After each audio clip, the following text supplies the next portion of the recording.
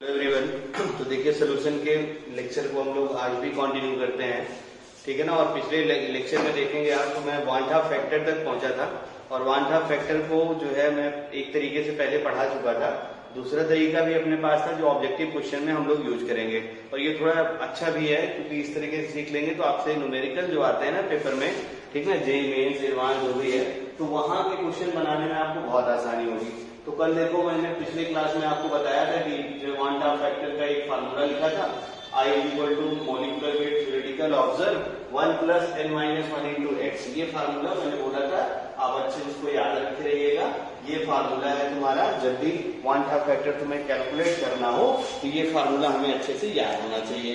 मतलब one half factor ये formula हमें तुरंत पता होना चाहिए, चलो भाई ये फार्मूला है। और ये फार्मूला कब का था? अगर मान लो तुम्हारे पास रिएक्शन ये थी, ठीक है, जब A जो है कन्वर्ट हो जाता था n मोल B में, ठीक है ना, तो ये अपना एक फार्मूला था। फिर देखना ध्यान से, जो x है ये क्या है? डिग्री ऑफ डिसोसिएशन या आयोनाइजेशन है। अब तुम्हें अच्छे से पता है, यहाँ से फिर अगला केस बनाया था मैंने फॉर डिसोसिएशन। अब देखो जब डिसोसिएशन होगा तो वन हाफ फैक्टर जो भी आएगा वो ग्रेटर देन 1 आएगा। क्यों ऐसा? क्योंकि n की वैल्यू ग्रेटर देन 2 होनी है। एक मॉलिक्यूल ढेर सारे बने n मॉलिक्यूल में देखो कन्वर्ट हो तभी ये होने वाला है। तो यानी क्या हो गया? n की वैल्यू ग्रेटर देन 2 होनी चाहिए। तो इसके लिए हमने पहला केस पढ़ा था for strong electrolyte. Strong electrolyte मतलब क्या होते हैं? ऐसे सब्सटेंसेस जो 100% आयोनाइज हो जाते हैं एक्वस मीडियम में। तो 100% आयोनाइज हो गया, यानी इसका वन हाफ फैक्टर हम लोग जब निकालेंगे तो इसके लिए अल्फा की वैल्यू क्या हो गई? 1। तो अल्फा की वैल्यू 1 यहाँ अगर पुट कर दो आप तो क्या होगा? देखो n और i दोनों आपस में सेम, क्योंकि ये वैल्यू तो 1 ही होगी, तो 1 1 कैंसिल हो गया, यानी वन हाफ फैक्टर किसके बराबर हो गया? i के बराबर, ठीक है ना। अब क्या करेंगे हम लोग? देखो स्ट्रॉन्ग एसिड, स्ट्रॉन्ग बेस और जो है जो आपकी इलेक्ट्रोलाइट जो हम लोग देखते थे, स्ट्रॉन्ग एसिड था एग्जाम्पल, स्ट्रॉन्ग बेस था एग्जाम्पल, और सॉल्ट था तुम्हारा स्ट्रॉन्ग एसिड और स्ट्रॉन्ग बेस का।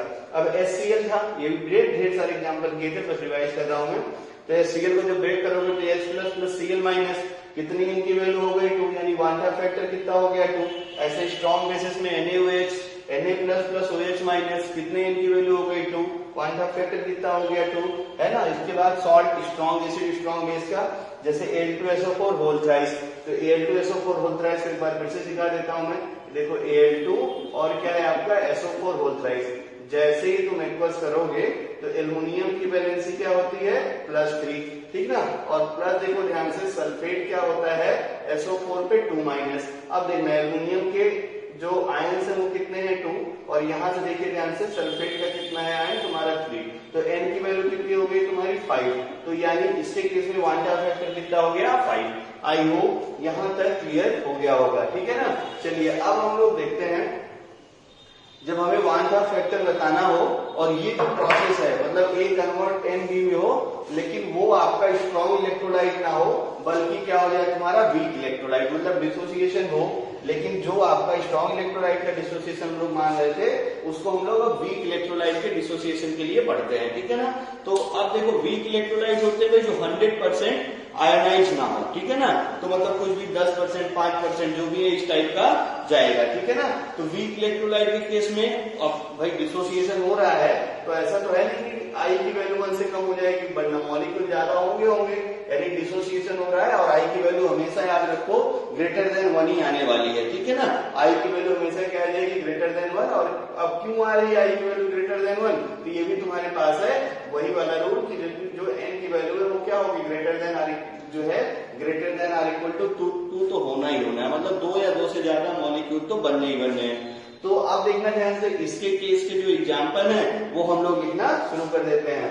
तो अब देखना ध्यान से, इसके केस में पहला जो एग्जाम्पल हम लोग लिखते हैं, ठीक ना, एग्जाम्पल हम लोग फर्स्ट लिखते हैं इसमें, ठीक है ना, एग्जाम्पल फर्स्ट। तो अब देखो वीक इलेक्ट्रोलाइट का सबसे पहला एग्जाम्पल आपने पढ़ा था, याद करो, जितने भी वीक एसिड होते हैं, जितने भी क्या होते हैं? वीक एसिड, यानी जो भी ऑर्गेनिक एसिड होता है ना, वो जनरली क्या होते हैं? वीक। याद करो अगर एग्जाम्पल वीक एसिड में आयनिक इक्विलिब्रियम वाले चैप्टर में, तो आपको क्या बताया था? देखो HCN वीक एसिड होता है।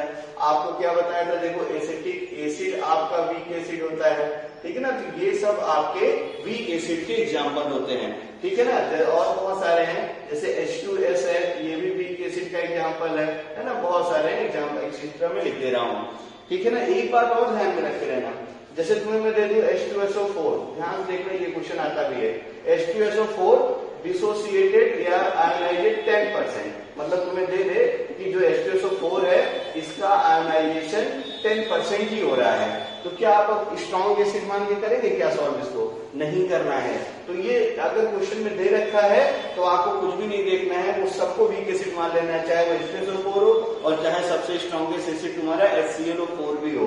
तो अगर ये वर्ड जोड़ दे कि जो है H2SO4 डिसोसिएटेड 10%, 2%, 5%, तो समझ जाना है कि ये तुम्हारा फिर ठीक है ना वीक एसिड ही है, फिर स्ट्रॉन्ग एसिड का काम ये नहीं करने वाला है।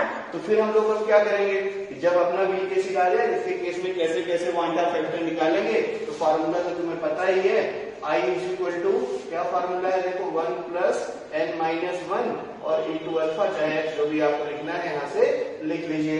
अब एक एक क्वेश्चन जैसे मान लो हमें एक एग्जांपल करता हूं, मैं तुम्हें बोलूंगा मुझे वांडा फैक्टर बताइए वीक एसिड का, ये दे रहा हूं कि ये आपका इसका आयोनाइजेशन हो जाता है 10%, ये क्वेश्चन में तुम्हें मान लो गिवन है। तो हम लोग क्या करेंगे भाई, सबसे पहले इसका डिसोसिएशन का इक्वेशन लिखेंगे, ठीक है ना, क्वेश्चन सॉल्व करिए फिर अगले पार्ट में करते हैं इसको। तो देखो हम लोग ये यहाँ तक पहुंचे थे, अगर मुझे वीक इलेक्ट्रोलाइट के केस में वांडा फैक्टर बताना है तो यहाँ भी आई की वैल्यू 1 वही ग्रेटर देन 1 होगी, क्योंकि यहाँ देखो वही मॉलिक्यूल टूट रहा है, छोटा मॉलिक्यूल कई सारे मॉलिक्यूल में, और इसलिए क्योंकि इनकी वैल्यू ग्रेटर देन 2 होती है। अब इसके एग्जांपल में हम लोग आएंगे तो वीक एसिड, ठीक है ना, जो भी ये तुम्हारे HCl है, एसिटिक एसिड है, H2S है, फॉर्मिक एसिड है, बहुत सारे जितने भी ऑर्गेनिक एसिड होते हैं और कुछ इनऑर्गेनिक एसिड हम लोग वीक एसिड मानते हैं, ठीक ना। इसके बाद जैसे देखो मैं तुमसे क्वेश्चन बोलूं कि आपको वांडा फैक्टर बताना है और पूरा भी क्वेश्चन लिख दे रहा हूं मैं, ज्यादा अच्छा रहेगा। जैसे मान लो मैं तुमसे एग्जांपल पूछूं कि आपको क्या करना है, वांडा फैक्टर बताना है CH3COOH का इफ, ठीक है ना, आपका जो एसिटिक एसिड है, ठीक है, ऐसे दे दूंगा इफ जो है CH3COOH,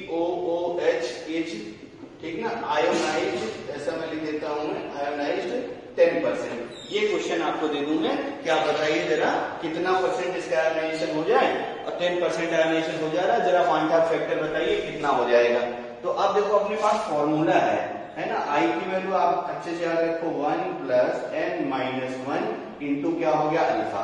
अब देखना हमें n का भी काम है और अल्फा तो दिया है, कोई दिक्कत नहीं है। अल्फा देखो ध्यान से कितना परसेंट आयोनाइजेशन दे रखा है 10%, तो अल्फा की वैल्यू कितनी हो गई, यानी 10/100, ठीक ना, यानी कितना हो गया देखो 0.1, ठीक ना। अब n मिल जाए तो काम पता हो जाएगा अपना। अब देखो क्या है, जो एसिड है वो है CH3COOH, जैसे ही तुम एक्वस करो, एक्वस करे नहीं कि देखो क्या हो जाएगा CH3CO- और क्या हो गया H+। आई होप सारा डेटा आपको मिल गया, अब तो कुछ करने की जरूरत है नहीं, सब कुछ रख दीजिए, आंसर आ जाएगा। तो यानी वांडा फैक्टर आप देखो कितना हो गया, 1 प्लस n की वैल्यू कितनी हो गई 2 माइनस 1 इंटू क्या हो गया देखो 0.1। अब इसको सॉल्व कर लो आप, 1 प्लस 2 माइनस 1 कितना हो गया 1, और क्या हो गया 0.1, यानी वांडा फैक्टर कितना हो गया 1.1, ये हो गया तुम्हारा आंसर। तो वांडा फैक्टर, ठीक है ना, कितना हो गया तुम्हारा 1.1, इसमें कोई दिक्कत नहीं होगी। और आप देखो जरा ध्यान से, इसकी वैल्यू ग्रेटर देन 1 है, यानी आपने सही कैलकुलेशन किया है, कोई प्रॉब्लम नहीं है, ठीक है ना। तो ये हो गया तुम्हारा देखो वांडा फैक्टर निकालने का तरीका। वीक एसिड के केस में जो है, स्ट्रॉन्ग एसिड के केस में, स्ट्रॉन्ग बेस के केस में, और सॉल्ट अगर स्ट्रॉन्ग एसिड और स्ट्रॉन्ग बेस का है तब, ठीक है ना। कुछ चीजें और हैं जो आपको और अच्छे से दिमाग में रखे रहनी है, ठीक ना। जैसे देखो मैं तुमसे बोलूं कि जो है आपका जो भी जो आपका वीक एसिड है, जो तुम्हारा वीक बेस है, उन सबके केस में वांडा फैक्टर ऐसे निकालना है। अब एक क्वेश्चन में जो से बोल दूं तुमसे, आपसे बोलूं मैं वांडा फैक्टर बताओ, ठीक ना, और जबकि जो आपका H2SO4 के लिए मैं बोलूं, ठीक ना। दूसरा एग्जांपल, पहला एग्जांपल हो गया, दूसरा एग्जांपल में आपसे बोलूं कि आपको वांडा फैक्टर बताना है, और वांडा फैक्टर बताना है H2SO4 का, किसका बताना है सल्फ्यूरिक एसिड का, ठीक ना। क्वेश्चन ऐसे मैं दे रहा हूं, आपको वांडा फैक्टर बताना है H2SO4 का, ठीक ना, कितना हो जाएगा ये क्वेश्चन मार्क है। इफ आपको दे दूं मैं H2SO4 इज आयोनाइज्ड, इसका मैं क्वेश्चन लिख दे रहा हूं आयोनाइज्ड 95%, ठीक है ना। ऐसे क्वेश्चन आपको दे दूं कि आप जो है H2SO4 का डिग्री ऑफ जो है डिग्री ऑफ आयनाइजेशन दे दिया हमने 95% है। और आप बताइए जरा इसका वांछा फैक्टर कितना हो जाएगा। तो अब देखो मैं पहले भी यहाँ बोला था कि आपको भले देखो स्ट्रॉन्ग एसिड है, लेकिन अगर इसने ये दे दिया कितने परसेंट ही आयनाइजेशन होता तो लिमिटेड एक्सटेंट में आयनाइजेशन हो गया। तो जब भी लिमिटेड एक्सटेंट में आयनाइजेशन दिया रहे तो भले वो स्ट्रॉन्ग एसिड है लेकिन उसको स्ट्रॉन्ग एसिड हम लोग मानेंगे नहीं, ठीक है ना। तो यानी फिर इसका क्वांटा फैक्टर, तो सबसे पहला काम करेंगे क्या, फिर हमें H2SO4 का डिसोसिएशन पता होना चाहिए। जैसे इक्वल करोगे तो HH पता है, क्या मिल जाएगा 2H प्लस और प्लस क्या मिल जाएगा SO4 पे 2 माइनस। अब मैं यहाँ पे अगर N लिखूं तो 2 यहाँ पे 1 यहाँ पे, N की वैल्यू कितनी हो गई 3। वांछा फैक्टर I का formula 1 plus N minus 1 into alpha, ये है आपका वांछा फैक्टर का फार्मूला। अल्फा की वैल्यू देखो 95%, तो 95% मतलब क्या हो गया 95 डिवाइडेड बाई 100। सॉल्व अगर कर दूं मैं तो कितना हो गया बोलो 0. ठीक है ना 95, यानी ये अपना क्या हो गया तुम्हारा 0.95 अल्फा हो गया। और n की वैल्यू पता चल गई तो मैं सारा डेटा रख के अगर सॉल्व कर दूं तो देखो आंसर आ जाएगा। i की वैल्यू देखो क्या हो गया 1 प्लस n माइनस 1 यानी 3 माइनस 1, और अल्फा की वैल्यू कितनी है 0.95। थोड़ा और सॉल्व कर लिया जाए, 1 प्लस 2 इंटू कितना हो गया 0.95, मल्टीप्लाई कर दो 1 प्लस, ठीक है ना, ये बोलो कितना हो जाएगा 10 और ये कितना हो जाएगा तुम्हारा 9 है ना। तो यानी कितना हो गया तुम्हारा देखो 2.90, ये आपका वांछा फैक्टर आ गया किसके लिए H2SO4 के लिए। तो आई होप यहाँ तक आपको बहुत अच्छे से क्लियर हो गया होगा, ठीक है ना। अगला केस हम लोग करते हैं, जैसे मान लो तुम्हारे पास स्ट्रॉन्ग इलेक्ट्रोलाइट का हो गया, वीक इलेक्ट्रोलाइट का हो गया। अगला केस हम लोग पढ़ते हैं वांछा फैक्टर निकालना अगर जो भी सब्सटेंस है तुम्हारा वो नॉन इलेक्ट्रोलाइट हो, तब बताएं वांछा फैक्टर कितना हो जाएगा। तो अगला केस, अब सब ये डिसोसिएशन मानते हैं हर बार याद रखते रहना। तो अगला केस है अपने पास, ठीक है, जैसे कि हमें मान लो नॉन इलेक्ट्रोलाइट के लिए आपको वांछा फैक्टर बताना है, तो नॉन इलेक्ट्रोलाइट का वांछा फैक्टर कैसे आप निकालेंगे इसकी कहानी यहाँ पे देखिएगा, ठीक है ना। तो नॉन इलेक्ट्रोलाइट के केस में हमेशा याद रखो कि जो अल्फा होता है, अल्फा की वैल्यू होती है 0, ठीक है ना। मतलब जो जितने भी नॉन इलेक्ट्रोलाइट हमने पढ़ा भी है कि भाई वो एक्वस मीडियम में डिसोसिएट होते ही नहीं या आयोनाइज होते ही नहीं है, तो अल्फा की वैल्यू क्या हो गई 0। क्यों हो गया 0? बिकॉज इट्स नॉट आयोनाइज, मतलब ये आपके आयोनाइज नहीं होते हैं, इट्स नॉट आयोनाइज्ड। तो जो तुम्हारा ठीक ना नॉन इलेक्ट्रोलाइट है वो आयोनाइज्ड नहीं होता है, ठीक है ना। अब अगर अल्फा 0 हो गया तो आप देखो जरा ध्यान से, सबके केस में आई की वैल्यू किसके बराबर हो गई 1 के बराबर, क्योंकि ये टर्म क्या हो गया 0, तो आई की वैल्यू किसके बराबर हो गई 1 के बराबर।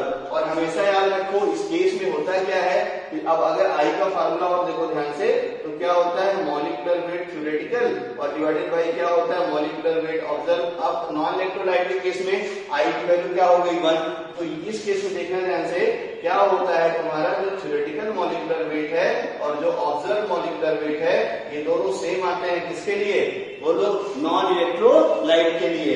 बाकी जो आपका इलेक्ट्रोलाइट है यानी जो आपका स्ट्रॉन्ग एसिड, स्ट्रॉन्ग बेस है, इनके सबके केस में कभी भी ये दोनों आपस में सेम नहीं आता है। सेम किसके केस में आता है नॉन इलेक्ट्रोलाइट के केस में, ठीक ना। जैसे देखो एग्जांपल हम लोग बोल रहे हैं है ना, तो एग्जांपल में सबसे पहले बहुत सारा क्वेश्चन बनता है यूरिया से, ठीक है ना। और देखिए ध्यान से, और क्या हो गया तुम्हारा ग्लूकोज, ठीक है ना, और क्या हो गया तुम्हारा देखो सुक्रोज, इस टाइप के जो भी आपके बायोमोलिक्यूल हैं, ठीक ना, ये सब क्या होते हैं, ठीक ना, ये जो भी लिख देता हूं मैं, और एंड मोस्टली सॉल्युबल, ऐसे लिख दिया जाए मोस्टली सॉल्युबल, ठीक है ना, मोस्टली सॉल्युबल। अच्छा तुम्हें देखो आयनिक इक्विलिब्रियम में ये भी बताया था कि आपके जो कंपाउंड होते हैं आयनाइज्ड होते हैं, ठीक है ना, या डिसोसिएट होते हैं, और फिर आपको बताया था कि कौन सा सॉल्युबल होता है और कौन सा सॉल्युबल, कौन सा हाइड्रोलाइज्ड होता है और कौन सा सॉल्युबल होता है। याद आया होगा, एक बार पन्ने पलट के आयनिक इक्विलिब्रियम पे थोड़े से रिवाइज कर लीजिएगा शुरुआत के 2-3 पीरियड। तो जो भी तुम्हारा मोस्टली सॉल्युबल होता है, मोस्टली सॉल्युबल इन H2O, जो भी आपका सब्सटेंस यूरिया, सुक्रोज, ग्लूकोज, जो भी आपकी वाटर में सॉल्युबल होती है, ठीक है ना, ये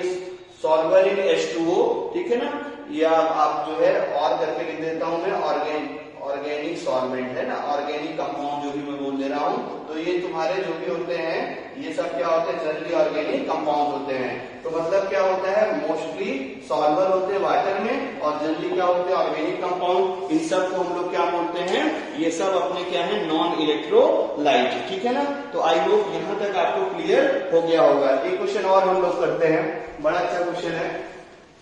आपको वन हाफ फैक्टर बताना है। अभी देखो ये डिसोसिएशन की कहानी चल रही है, ऐसे ही हम लोग केस पढ़ेंगे फॉर एसोसिएशन। तो डिसोसिएशन के केस में आपको वन हाफ फैक्टर बताना है। जैसे मैं आपसे क्वेश्चन पूछूं कि आप जरा वन हाफ फैक्टर बताइए मुझे इसका, ठीक है। क्वेश्चन ऐसे लिख दे रहा हूं मैं, अच्छा क्वेश्चन है, जेई का आया हुआ क्वेश्चन है, इसलिए थोड़ा अच्छे से सॉल्व करिएगा। आपको बताना है वन हाफ फैक्टर, ठीक ना, सोडियम हाइड्रोजन सल्फाइड का कितना होगा, ठीक है ना। और आपको ये दे रखा है कि जो है, जो सोडियम हाइड्रोक्साइड है, इनिशियली टेकन 1 मोल, ऐसे तुम्हें दे रखा है, इनिशियली टेकन, ठीक है ना, 1 मोल सोडियम हाइड्रोजन सल्फाइड। ये तुम्हें बताना है इसका वन हाफ फैक्टर कितना हो जाएगा।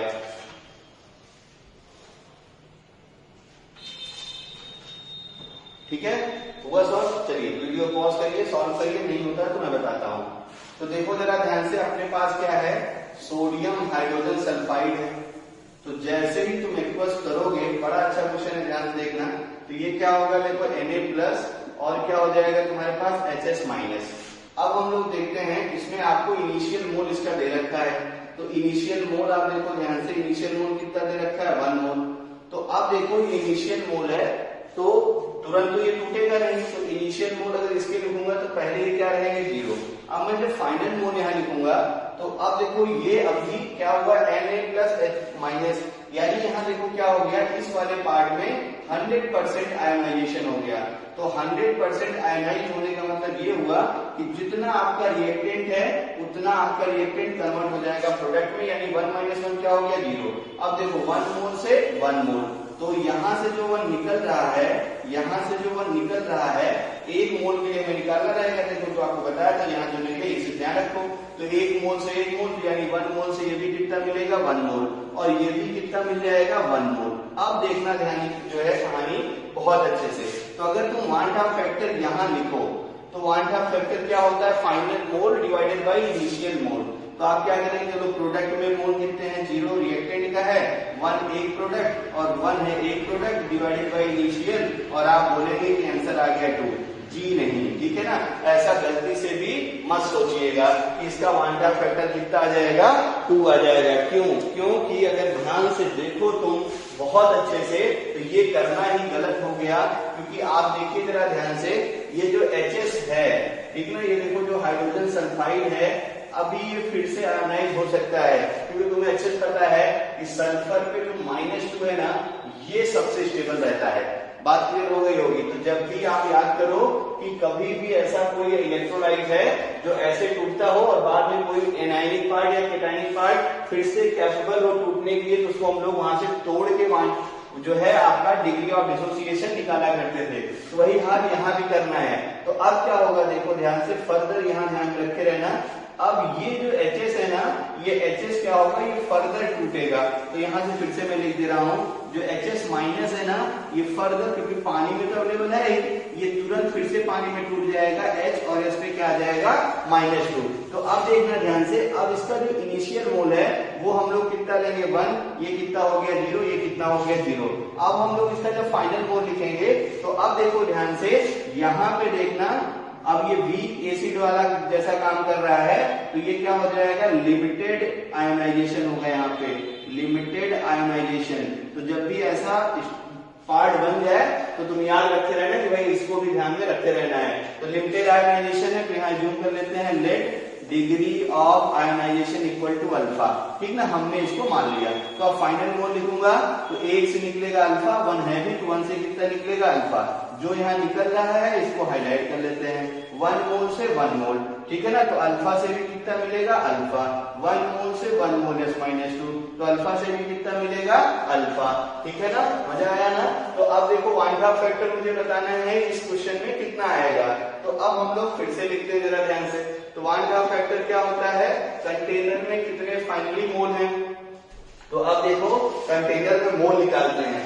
तो देखना ध्यान से, 1 मोल यहाँ बचा हुआ है, ये तो 0 हो गया है, और ये वाला देखो ध्यान से बच के कितना बचा हुआ है 1 माइनस अल्फा, और कंटेनर में देखो ये कितना बचा है अल्फा, कितना बचा है अल्फा, और इनिशियली आपने कितना लिया है 1। बात क्लियर हो गई ना।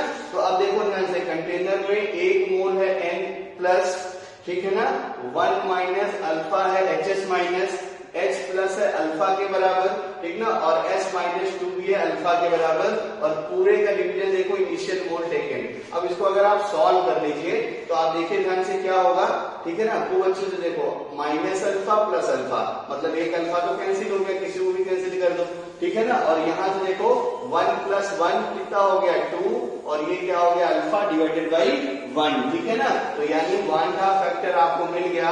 1/2 फैक्टर कितना है 2 प्लस अल्फा।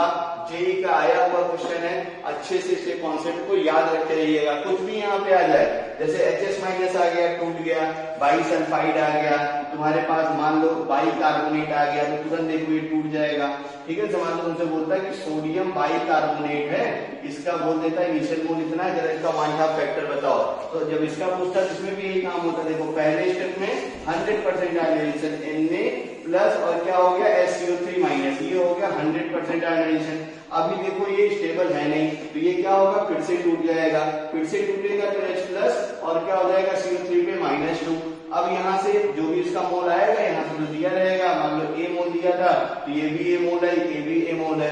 अब यहाँ पे लिमिटेड एक्सटेंट में है तो फाइनल मोल यहाँ से कितना हो जाएगा A माइनस अल्फा, ये कितना बचेगा अल्फा, A अल्फा, और ये भी कितना बनेगा तुम्हारा A अल्फा, ठीक है ना। और बाकी आप प्रोसेस जानते ही हैं, final mole divided by initial मोल। तो यहाँ से आप 1/2 फैक्टर कैलकुलेट कर लेंगे। बहुत अच्छी प्रॉब्लम थी, आई होप यहाँ तक आपको समझ में आ गया होगा, ठीक है ना। तो 1/2 फैक्टर मतलब अगर आएगा तो बहुत सारे क्वेश्चन अच्छे अच्छे आपसे जल्दी जल्दी सॉल्व हो जाते हैं, ठीक है ना। तो यहाँ तक सबको क्लियर हो गया होगा। अब हम लोग पढ़ते हैं कि 1/2 फैक्टर अगर हमें एसोसिएशन के केस में बताना है तब हम लोग कैसे 1/2 फैक्टर को कैलकुलेट करते हैं। तो वीडियो के अगले पार्ट में हम लोग 1/2 factor in case of association discuss करेंगे।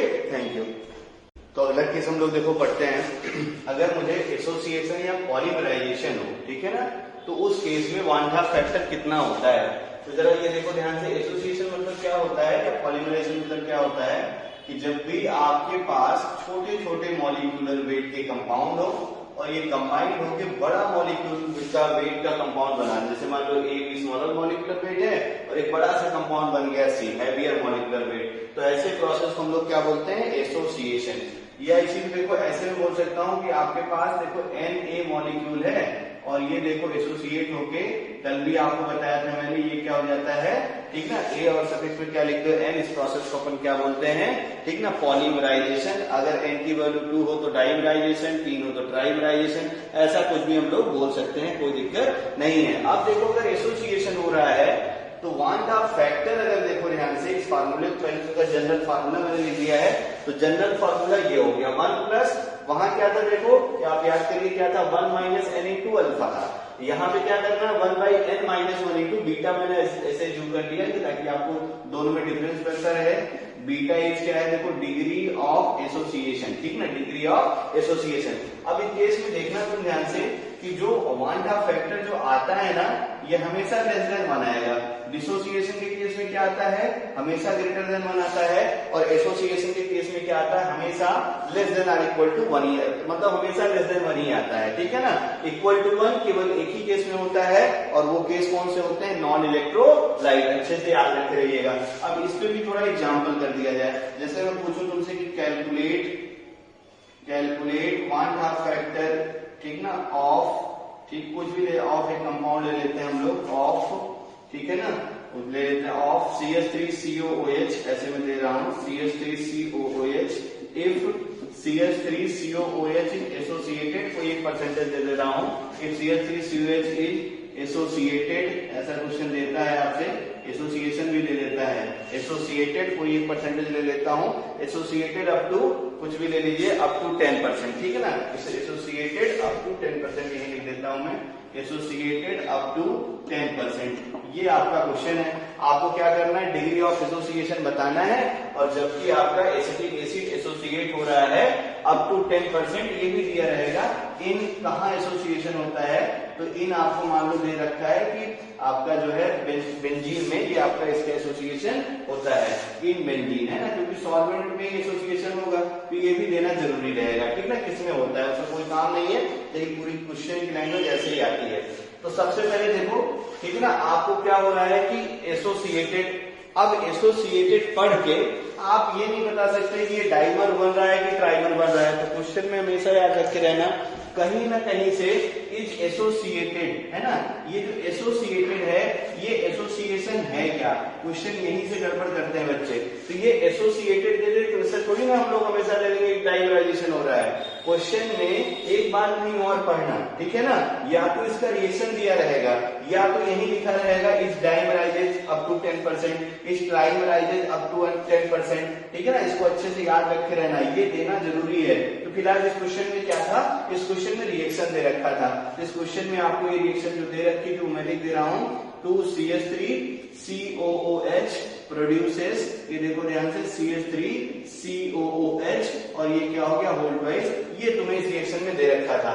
तो ये रिएक्शन में अगर दे रखा था तो तुम्हें बहुत अच्छे से पता चल गया दो मॉलिक्यूल क्या कर रहा है, डाइमर बना रहा है, तो यानी एसोसिएशन क्या हो गया यहाँ, डाइमराइजेशन। अब तो कुछ करना ही नहीं, देखो मुझे क्या करना है, वांडा फैक्टर फार्मूला बोलो, जब तक फार्मूला याद ना हो तब तक आप फार्मूला लिख के क्वेश्चन करिएगा, ठीक ना, 1 + 1/n - 1 × बीटा, सब वैल्यू पता है, n की वैल्यू बोलो कितना हो गई 2, 2 मोल देखो यहाँ से ये एसोसिएशन हो रहा है और कन्वर्ट हो जा रहा है तुम्हारा, ठीक ना, इधर से देख लीजिए।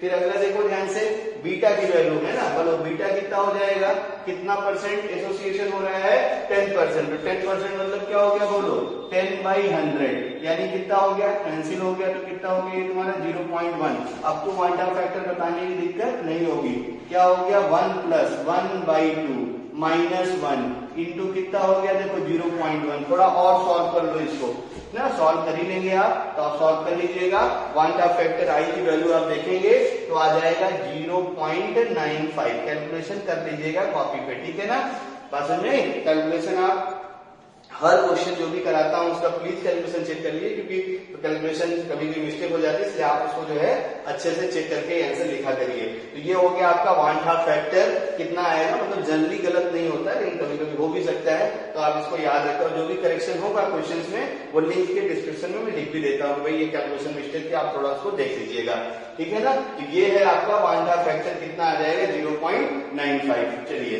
अगला दो क्वेश्चन और मैंने लिखा है, आई होप ये तो क्लियर हो गया होगा। डिग्री ऑफ एसोसिएशन अगर आपको बीटा पता है और आपसे पूछे वांडा फैक्टर, तो फार्मूला क्या लगाना है, 1 + 1/n - 1 × बीटा, बाकी तो समझदार है, समझ गए होंगे आप इतने से, ठीक है ना।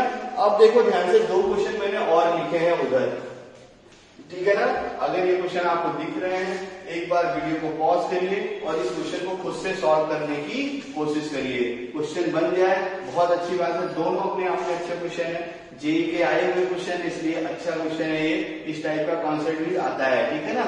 चलिए एक बार खुद से ट्राई करिए वीडियो को रोक कर, तो अगर आपसे हो रहे हैं तो बहुत अच्छी बात है, नहीं हो रहे हैं तो ध्यान से देखिए। पहला वाला जो क्वेश्चन है, for the formation of K2HgI4, बहुत सारे लोग इस कंपाउंड का नाम जानते होंगे, आप अगर जानते हैं तो अच्छी बात है, नहीं जानते हैं तो इस कंपाउंड का नाम होता है नेस्लर रिजेंट, ठीक है ना। तो कोऑर्डिनेशन कंपाउंड में इसको हम लोग पढ़ेंगे, नेस्लर रिजेंट क्या होता है, कैसे इसकी स्ट्रक्चर होती है। अब इसके केस में बताना है कि जो आपका K2HgI4 बनता है किससे किससे बनता है, पोटेशियम आयोडाइड से और HgI4 से, तो क्या होता है जो आपका वांडा फैक्टर है वो डिक्रीज होगा कि इंक्रीज होगा, ये आपको बताना है। तो हम लोग पहले रिएक्शन लिखते हैं, उसी से पता चलेगा।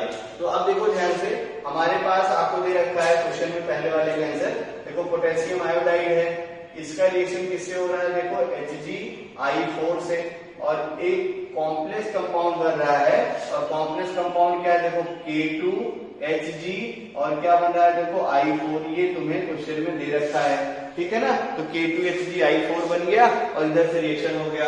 अब हमें रिएक्शन को थोड़ा बैलेंस करना पड़ेगा, देखो पोटेशियम इधर 2 है तो 2 पोटेशियम भी इधर आपको करना पड़ेगा, तो 2Ki रिएक्टेड विद HI4, ठीक ना, HgI4, और प्रोड्यूस क्या हो गया तुम्हारा HgI4, ठीक है ना। अब खूब अच्छे से देखो, हमें बताना है कि घट रहे हैं, वांडा फैक्टर घट रहा है कि बढ़ रहा है, ठीक है ना। खूब अच्छे से देखना ध्यान से।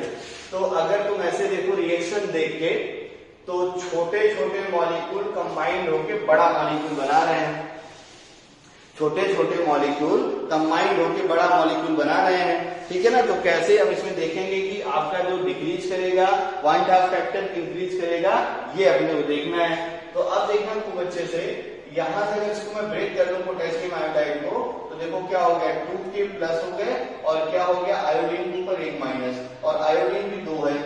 ये तो कॉम्प्लेक्स आयन है जिसको तो तोड़ने की जरूरत है नहीं, मतलब इसको ऐसे ही रहने दो। तो ये क्या हो गया, देखो इधर कितने आ गए अपने पास, आयन हो गए 4, ठीक है ना। और अगर इसको हम लोग ब्रेक कर लें कोऑर्डिनेशन कंपाउंड में, खूब अच्छे सीखेंगे, तो ये 2K प्लस और ये क्या ब्रेक हो जाएगा, कोऑर्डिनेशन स्फीयर यानी HgI4 के ऊपर -2। तो यहाँ हम लोग टोटल आयन निकालेंगे, तो यहाँ पे टोटल आयन देखो कितने हो गए, टोटल आयन यहाँ कितने हो गए 3, और टोटल इधर कितने हो गए 4 आयन, ठीक है ना। तो अब देखो ध्यान से क्या हुआ, इधर से 4 आयन, इधर से 3 आयन, तो यानी क्या हुआ, बड़े बड़े मॉलिक्यूल मिलके छोटे छोटे मॉलिक्यूल मिलके बड़ा मॉलिक्यूल बना रहे थे, ये तो बात सही थी। और आयंस ब्रेक तो इधर 4 था, इधर 3 था, तो आई तब समझ में आ गया होगा, वांट हाफ फैक्टर बोलो क्या हो जाएगा, वांट हाफ फैक्टर डिक्रीज कर जाएगा, यानी ऑप्शन क्या हो जाएगा सही तुम्हारा, बी ऑप्शन सही हो जाएगा। अच्छे से याद रखे रहना, नहीं तो पता चले आपको लगे नहीं इंक्रीज कर जाएगा, ठीक है ना। तो ये है तुम्हारा जो है पहले वाले क्वेश्चन का आंसर। दूसरा क्वेश्चन बहुत इंपॉर्टेंट है, ठीक है ना, एक बार उसको भी आप खुद से ट्राई करिए, बाकी मैं उसको सॉल्व कर रहा हूँ, ठीक है ना। देखना इसमें क्या है, थोड़े से आयनिक इक्विलिब्रियम का भी काम है, ठीक है ना। तो वहां से पीएच स्केल का थोड़ा सा यूज है, बहुत अच्छा क्वेश्चन है, ध्यान से इसको सॉल्व करिए। सबसे पहले देखिए क्वेश्चन में जो चीजें दे रखी हैं उसको हम लोग लिख लेते हैं। तो क्वेश्चन में आप देखो, क्वेश्चन में तुम्हें दे रखा है HCl एसिड दे रखा है, सबसे पहला काम यही करिए। एक्वस दे रखा है, एक्वस मीडियम में हम लोग इसको जरा ब्रेक कर देते हैं, H प्लस और क्या हो गया Cl माइनस, ठीक है ना। फिर अब देखो ध्यान से, आपको इसका कंसंट्रेशन दे रखा है 0.01, ठीक है ना। तो हम एक काम करते हैं, इसको हम लोग ए मान लेते हैं, लेट कर लिया मैंने, ठीक है, वो आपको गिवन है, तो हम लोग एज्यूम कर लेते हैं इसका जो इनिशियल कंसंट्रेशन है वो मान लिया मैंने ए, ठीक है, ये मैंने एज्यूम कर लिया, ए की वैल्यू आपको पता है बाद में रख दी जाएगी। तो ये हो गया 0, ये हो गया 0। अभी थोड़ी देर पहले आपने पढ़ा कि ये आपका वीक एसिड है, तो यानी हमें अब क्या एज्यूम करना पड़ेगा, बोलो डिग्री ऑफ, ठीक ना, आयनाइजेशन या डिसोसिएशन इक्वल टू हम लोग क्या मान लेते हैं अल्फा, ये भी हमने एज्यूम कर दिया। तो फाइनल कंसंट्रेशन लिखोगे तो 1 मोल से कितना निकलेगा अल्फा, तो ए से कितना निकलेगा ए अल्फा, यानी इसका मोल कितना हो गया ए माइनस ए अल्फा। अब देखो ध्यान से, 1 मोल से 1 मोल जो यहाँ पे निकलता है, इसको आपको अच्छे से बताया हूं मैं, हाईलाइट कर लिया करो।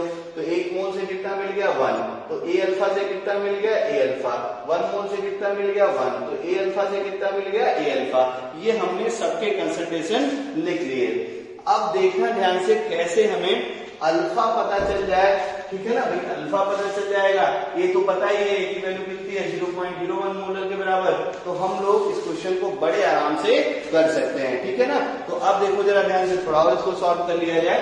तो अब देखना आपको जो जो गिवन है उसको देख लिया जाए, ठीक है। तो आप देखना ध्यान से, पीएच आपको दे रखा है, पीएच ऑफ 0.01 मोलर HCl, ये क्या दे रखा है तुम्हें, देखो 3 के बराबर।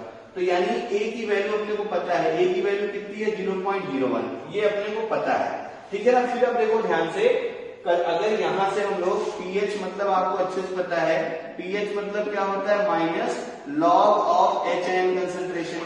अब आपको दे रखा है कि क्वेश्चन में जो पीएच है वो किसके बराबर है, 3 के बराबर है, यानी माइनस यहां से देखो क्या हो गया log 10 और ये क्या हो गया देखो H प्लस, ध्यान से देखते रहना। तो यहां से अगर हम लोग, ठीक है ना, यहां से हम लोग H प्लस आयन निकाल लें, H प्लस आयन निकाल लें तब अपना काम हो जाएगा।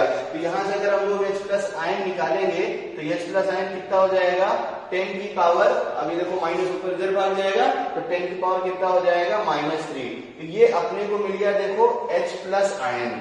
अब क्वेश्चन अपना सॉल्व होने वाला है, जब अपने को अब कोई प्रॉब्लम नहीं होने वाली है, क्योंकि अब अल्फा अपने को मिल जाएगा। कैसे, यहाँ भी देखो H प्लस आयन का कंसंट्रेशन कितना है ए अल्फा के बराबर, और कंटेनर में जो गिवन है आपको वहां से मिल गया H प्लस आयन कितना है 10 to the power -3 के बराबर। तो यानी अब देखो ध्यान से क्या हो गया, ए अल्फा इक्वल टू कितना हो गया 10⁻⁻3। ध्यान से देखते रहना। तो a की वैल्यू क्या हो गई बोलो, एक तो अल्फा की वैल्यू, क्योंकि a की वैल्यू तो पता है, यानी अल्फा क्या हो गया 10⁻⁻3 डिवाइडेड बाई a। ठीक है ना। अब देखो a की वैल्यू अगर इसको मैं लिखूंगा तो कितना हो गया 10⁻, देखो -2, तो यानी ये क्या हो गया देखो 10⁻⁻3 डिवाइडेड बाई 10⁻⁻2। अब ये कितना हो गया देखो 10⁻⁻1 यानी कितना हो गया 0.1।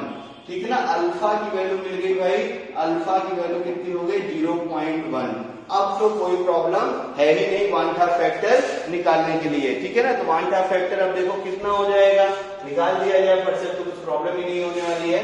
तो वांछा फैक्टर क्या होता है देखो ध्यान से, कितने मोल बचे हुए हैं कंटेनर में, तो कंटेनर में a माइनस अल्फा, या डायरेक्ट फार्मूला लगा लो, n की वैल्यू 2 है ना, डिसोसिएशन हो रहा है, उससे भी करके दिखा देता हूँ, इससे भी। तो वांछा फैक्टर क्या होता है भाई, final concentration, initial concentration. Final concentration a minus A alpha, product में देखो अगला है a अल्फा और दूसरा प्रोडक्ट भी है a अल्फा। इनिशियल देखेंगे a अल्फा कैंसिल हो गया, a से a कैंसिल हो गया, और आप देखेंगे तो क्या आ गया 1 प्लस अल्फा, अल्फा की वैल्यू 0.1 यानी कितना हो गया 1.1। बहुत अच्छा क्वेश्चन है, अच्छे जिसको याद रखे रहना। ठीक है, इसका कॉन्सेप्ट दिमाग में बैठ जाना चाहिए। इसके बाद हम डायरेक्ट वाले मेथड से भी कर सकते थे, और डायरेक्ट वाला फार्मूला भी आपको पता है क्या था, 1 plus n minus 1 into alpha. n की वैल्यू यहाँ देखो कितनी है 2 माइनस 1 कितना हो गया 1, अल्फा की वैल्यू 0.1, 1 इंटू 0.1 है 0.1, 1 प्लस 0.1 कितना आ गया 1.1। तो डायरेक्ट भी कर सकते थे, फार्मूले से भी कर सकते, मेथड से भी आप कर सकते हैं। तो ऑब्जेक्टिव क्वेश्चन है तो आप ऐसे लगा दीजिए, ठीक है ना, ताकि अच्छा लगता है। तो सब्जेक्टिव अगर है तो ऐसे देख के कर दीजिए, ऑब्जेक्टिव रहे तो डायरेक्ट फार्मूला लगा दीजिए, कोई प्रॉब्लम नहीं है। मतलब स्कूल एग्जाम में ऐसे ही करना है इस क्वेश्चन को, ठीक है ना। और बाकी आपसे अगर ऑब्जेक्टिव पूछे तो डायरेक्ट यहाँ लगा दो, कोई दिक्कत नहीं है। दोनों चीजें आपको याद होनी चाहिए, फार्मूला भी और मेथड भी, तो गलतियां कम से कम होती हैं एग्जाम में, ठीक है ना। तो आई होप यहां तक आपको बहुत अच्छे से क्लियर हो गया होगा। वीडियो के अगले पार्ट में हम लोग अब क्वालिटेटिव प्रॉपर्टी पढ़ेंगे, और फर्स्ट क्वालिटेटिव प्रॉपर्टी हम लोग पढ़ेंगे ऑस्मोटिक प्रेशर। हेलो एवरीवन, तो देखो हम लोग अब ऑस्मोटिक प्रेशर यानी फर्स्ट क्वालिटेटिव प्रॉपर्टी हम लोग पढ़ते हैं ना। 4 क्वालिटेटिव प्रॉपर्टी थी, उसमें हमने फर्स्ट नंबर पे यानी ए नंबर पे क्या लिखा था ऑस्मोटिक प्रेशर। पहले इसका कॉन्सेप्ट सीखते हैं, थ्योरी सीखेंगे, ऑस्मोटिक प्रेशर होता क्या है, ठीक है ना। फिर उसके बाद इसके न्यूमेरिकल बड़े अच्छे अच्छे बनते हैं, सब कुछ हम लोग देखेंगे। तो आप देखिए जरा ध्यान से, सबसे पहले तो दिमाग में आना चाहिए कि ऑस्मोटिक प्रेशर, ठीक है ना, थोड़ा सा जीके के लिए किसने डिस्कवर किया सबसे पहले, तो एबे नॉलेज, ये साइंटिस्ट ने सबसे पहले ऑस्मोटिक प्रेशर को डिस्कवर किया था on the basis of osmosis. तो अब देखो ऑस्मोसिस क्या होता है, इसको भी देख लिया जाए। तो जो ये ऑस्मोसिस वर्ड है ना, ठीक है ना, ऑस्मोसिस जो वर्ड है डिराइव फ्रॉम ग्रीक वर्ड, अच्छे से याद रखेंगे तो ये कभी नहीं भूलता। स्कूल एग्जाम की डेफिनेशन मतलब इंपॉर्टेंट है स्कूल एग्जाम में, what is the osmosis and osmotic pressure, ठीक है ना। तो ऑस्मोसिस अगर आप देखेंगे तो osmosis derive from Greek word osmos, ठीक है ना, OSMAS, ठीक है ना। ऑस्मोटिक डिराइव फ्रॉम, ठीक है ना, किससे बनता है ऑस्मोटिक तुम्हारा, ऑस्मॉस, OS ही है ये, ऑस्मॉस, ठीक है ना। Osmosis derive from Greek word osmos, और इसकी जो मीनिंग होती है यहाँ लिख रहा हूं मैं ब्लू पेन से करके, इसकी मीनिंग होती है टू पुश, है ना। मतलब ऑस्मॉस का मीनिंग होता है, ऑस्मॉस मीन्स, ठीक है ना, ऐसे लिख देता हूं मैं, टू पुश, ठीक है ना। ये सिंपल सा याद रखो, और कौन सा पुश होता है अभी तुम्हें समझ में आ जाएगा। देखो मैं क्या करता हूं, मैंने तुम्हें इसके लिए 2 एक्सपेरिमेंट दिए, ठीक है ना। ये हो गया एक्सपेरिमेंट 1 और ये हो गया तुम्हारे पास एक्सपेरिमेंट 2, ठीक ना। खूब अच्छे से सुनना। मैंने क्या किया, एक बड़ा सा कंटेनर लिया, उसमें हमने प्योर वाटर भर दिया और एक रेजिन ले ली, ठीक ना। रेजिन मतलब सेमी सॉलिड टाइप का, या उसको समझ लो, मैंने एक रेजिन ले लिया, ठीक है। तो जब हम लोग रेजिन ले लेते हैं तो जब प्योर वाटर में हम लोग डालते हैं ना इसको, तो हमें ऑब्जर्व क्या होता है, ये जो रेजिन है ना, ये रेजिन स्वेल हो जाती है, मतलब रेजिन का साइज जो होता है वो बड़ा हो जाता है। बस में रेजिन क्या हो गई, स्वेल कर गई, मतलब फूल गई। अब ऐसा क्यों हो गया, ठीक ना, ध्यान से देखो। तो रेजिन जो है क्या करेगी, ये वाटर मॉलिक्यूल है, आप अगर देखो ध्यान से, ये जो वाटर मॉलिक्यूल हैं तुम्हारे प्योर H2O वाले, आप इसको देखो तो रेजिन क्या करेगी, अपने सरफेस पे इसको कर लेगी एब्जॉर्ब, यहाँ मैं लिख दे रहा हूँ, इसको क्या कर लेगी अपने सरफेस पे एब्जॉर्ब, एरो अच्छे से ध्यान रखे रहना, क्या करेगा ये जो रेजिन है ये अपने सरफेस के थ्रू क्या कर लेगी एब्जॉर्ब, और एब्जॉर्ब कर लेगा जिसके अंदर जो भी मॉलिक्यूल है मतलब ढेर सारे मॉलिक्यूल हो जाएंगे और फूलना शुरू हो जाएगा। तो ये एक्सपेरिमेंट किया भाई, तो जब प्योर वाटर में डाला रेजिन को तो ये रेजिन स्वेल कर गई। अब क्या करते हैं हम लोग, ठीक है ना, कि जो आपका रेजिन था उस रेजिन को हम लोग एक कंटेनर और लेते हैं और उसमें कंसंट्रेटेड NaCl सोल्यूशन भर देते हैं। ध्यान से देखना क्या भर दिया मैंने, कंसंट्रेटेड NaCl सोल्यूशन। तो होता क्या है कि अब ये जो रेजिन है ना, रेजिन जो है जब हमने इसको ऑब्जर्व किया तो यहाँ तो रेजिन फूल गई थी और यहाँ जो रेजिन थी जो स्वेलिंग थी वो स्वेलिंग हो गई खत्म। मतलब यहाँ क्या हुआ कि जो साइज हो गई, ठीक ना, वो कॉम्प्रेक्स हो गई। मतलब यहाँ क्या हो गया कि जो साइज है इसकी, अच्छा स्वेल मतलब क्या हो गया कि इसकी जो साइज थी वो साइज क्या हो गई एक्सपेंड हो गई, ठीक है ना। और यहाँ देखो साइज क्या हो गई बोलो, कंप्रेस हो गई।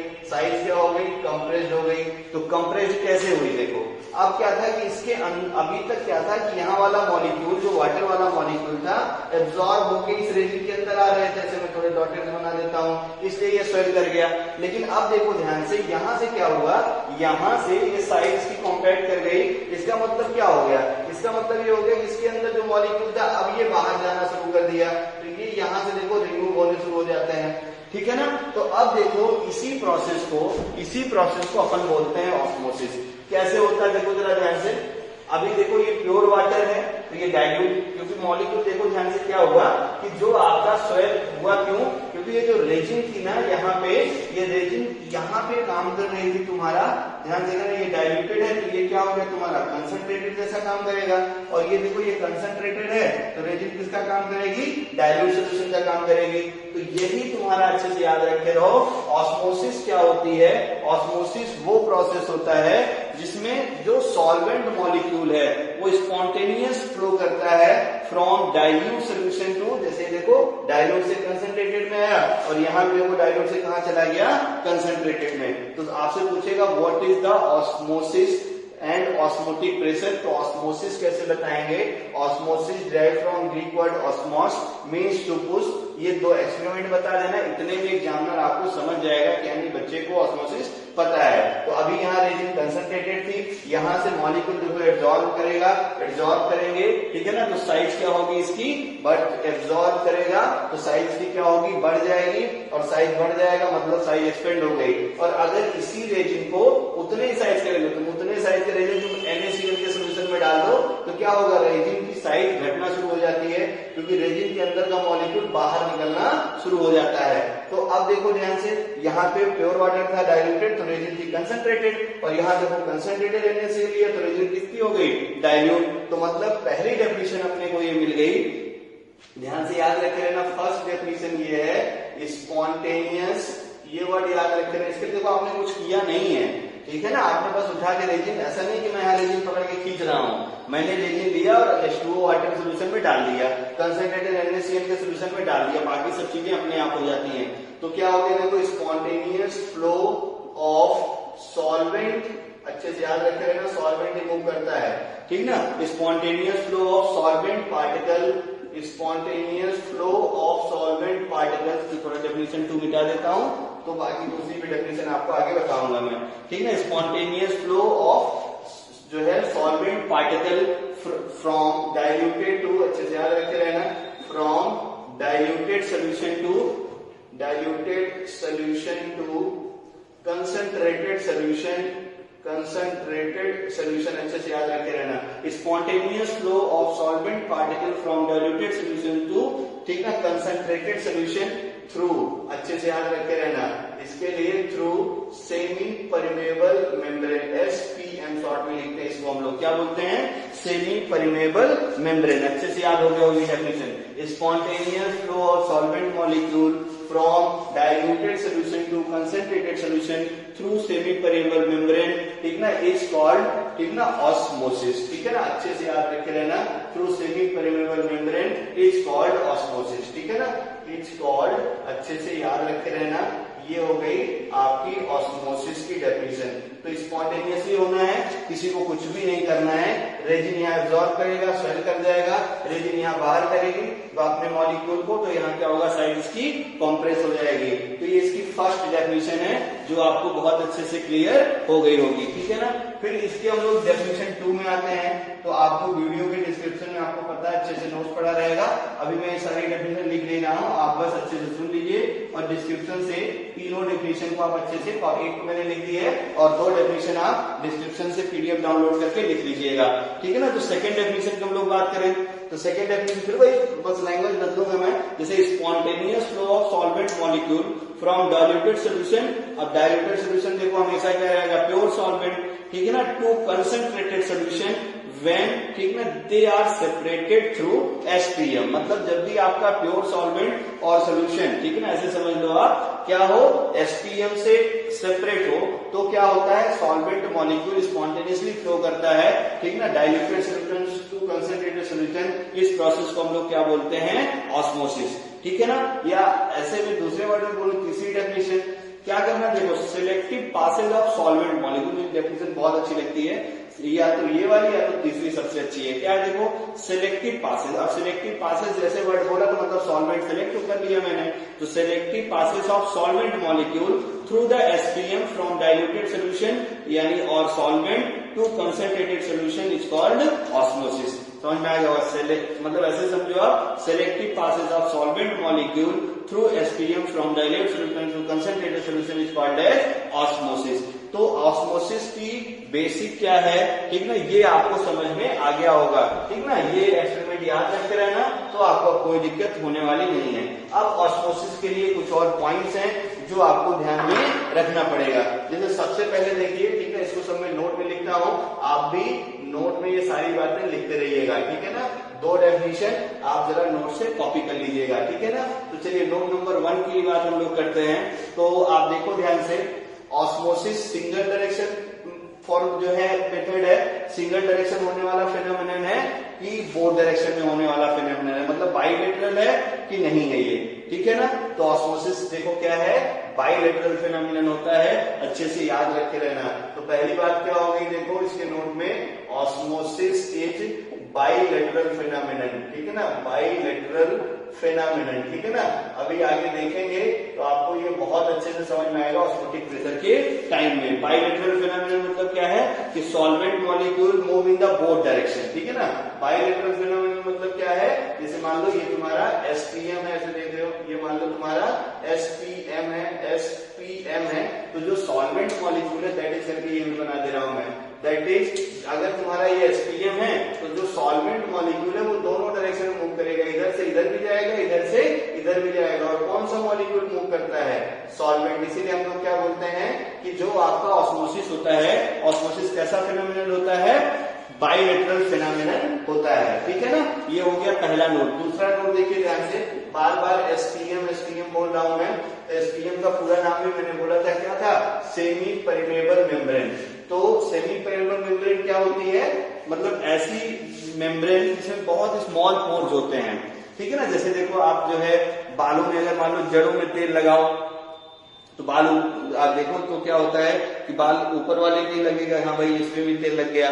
या आप ऐसे देखो जो है पुराने जमाने में देखे होंगे आप, ठीक है ना, जो भी घर में तो लाल वो होती थी लालटेन, लालू जी का चुनाव चिन्ह, ठीक है, उसमें देखो आप क्या होता है, जैसे जो है बत्ती बोलते हैं हिंदी में उसको, है ना, गाँव में, तो उसमें क्या होता है कि वो बत्ती पानी जो है उसमें डाल दीजिए आप केरोसिन ऑयल में और ऊपर जलाइए, तो देखो क्या होता है, उसमें जो धागे रहते हैं ना उसमें स्मॉल पोर्स होते हैं, तो उस पोर से आपका लिक्विड मॉलिक्यूल ऊपर आता रहता है और आपकी लालटेन जलती रहती है, ठीक है ना। तो ये सब आप ध्यान में रखते रहिएगा। उतना ही साइज का, मतलब बहुत ही स्मॉल पोर्स रहते हैं, जिससे सॉल्वेंट मॉलिक्यूल पास करते हैं, सोल्यूट मॉलिक्यूल पास नहीं करते हैं, ऐसे समझिए।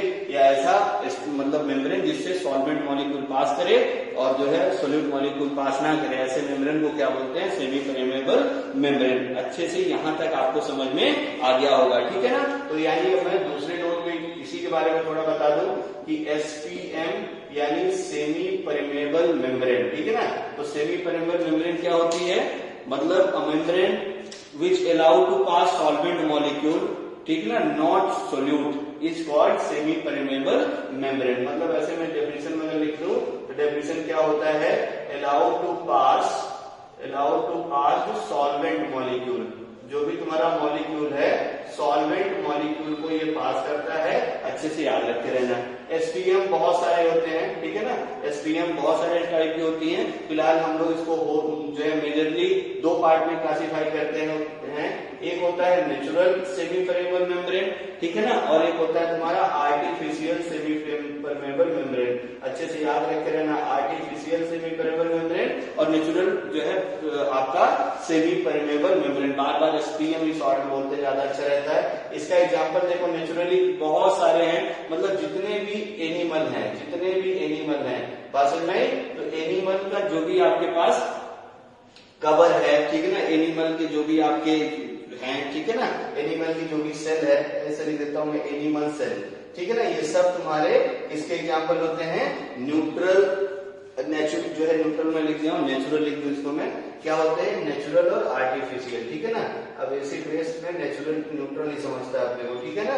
तो एसपीएम दो टाइप के, एक नेचुरल और एक क्या होता है आर्टिफिशियल। तो नेचुरल आपकी जो नेचुरली मिलती है ना, तो नेचुरली जितने भी एनिमल सेल है सब क्या होते हैं तुम्हारे नेचुरल एसपीएम, और आर्टिफिशियल में, ठीक है ना, आर्टिफिशियल का एग्जाम्पल याद रखे रहना, कभी भी पूछ भी सकता है आपसे, बोलेगा आर्टिफिशियल एसपीएम का आईपीसी नेम बताओ, जिसका फॉर्मूला होता है Cu2Fe, कॉम्प्लेक्स कंपाउंड है, ठीक ना, इसको दिमाग में रखे रहना, Cu2FeCN6, अच्छे से दिमाग में इसको रखे रहना।